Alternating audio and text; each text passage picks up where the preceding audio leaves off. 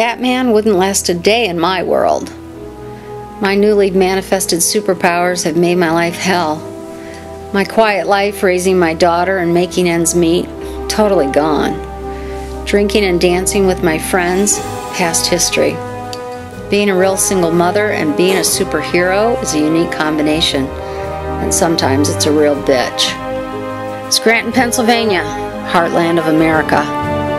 When I was young, it was a center of CIA research into performance-enhancing experiments using little-known epsilon radiation waves. The program was in response to a massive Soviet Cold War program in the same field. That was showing great promise, and they were miles ahead of us. It created an environmental disaster in Scranton, sending the city into a decline. In the Soviet Union, the effects were widespread. It brought the country to its knees, ending the Cold War. Sadly, the newborns, like me, were the most vulnerable to the effects of epsilon. It caused the males to slowly stop developing a syndrome called Reduced Functionality Disorder, or RFD. As they became adults, they had limited ability to work and showed little sexual interest. You know, morons. The women, on the other hand, women like me, began to develop super skills, abilities, and sexual desires. Desires no man in Scranton could ever fulfill.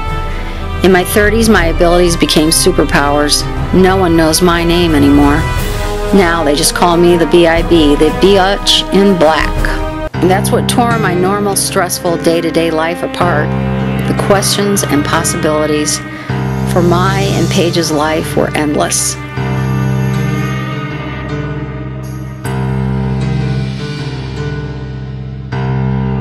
Answer me this: what is right and what is wrong when the laws of man no longer apply to you? Do you use your strength and take anything you want just because you can? Who to trust when there's no one else like you? Could I let it risk hurting my family? So I was strong. How should I use this power? Perhaps my powers could bring me to a new level of being, of romance. You see, I can even defy fate itself. Yet it makes me totally alone. There's no one I can share this with. Epsilon's effect on Scranton's men, not so good. The idea of women with super abilities and men our age more like children wasn't hard for me to understand. They are just fragile, breakable toys. Believe me, I broke a few, I know. And still I am hunted.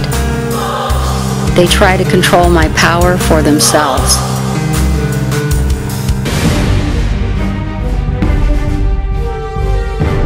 And so do the others. It's all a mess. Really, who am I?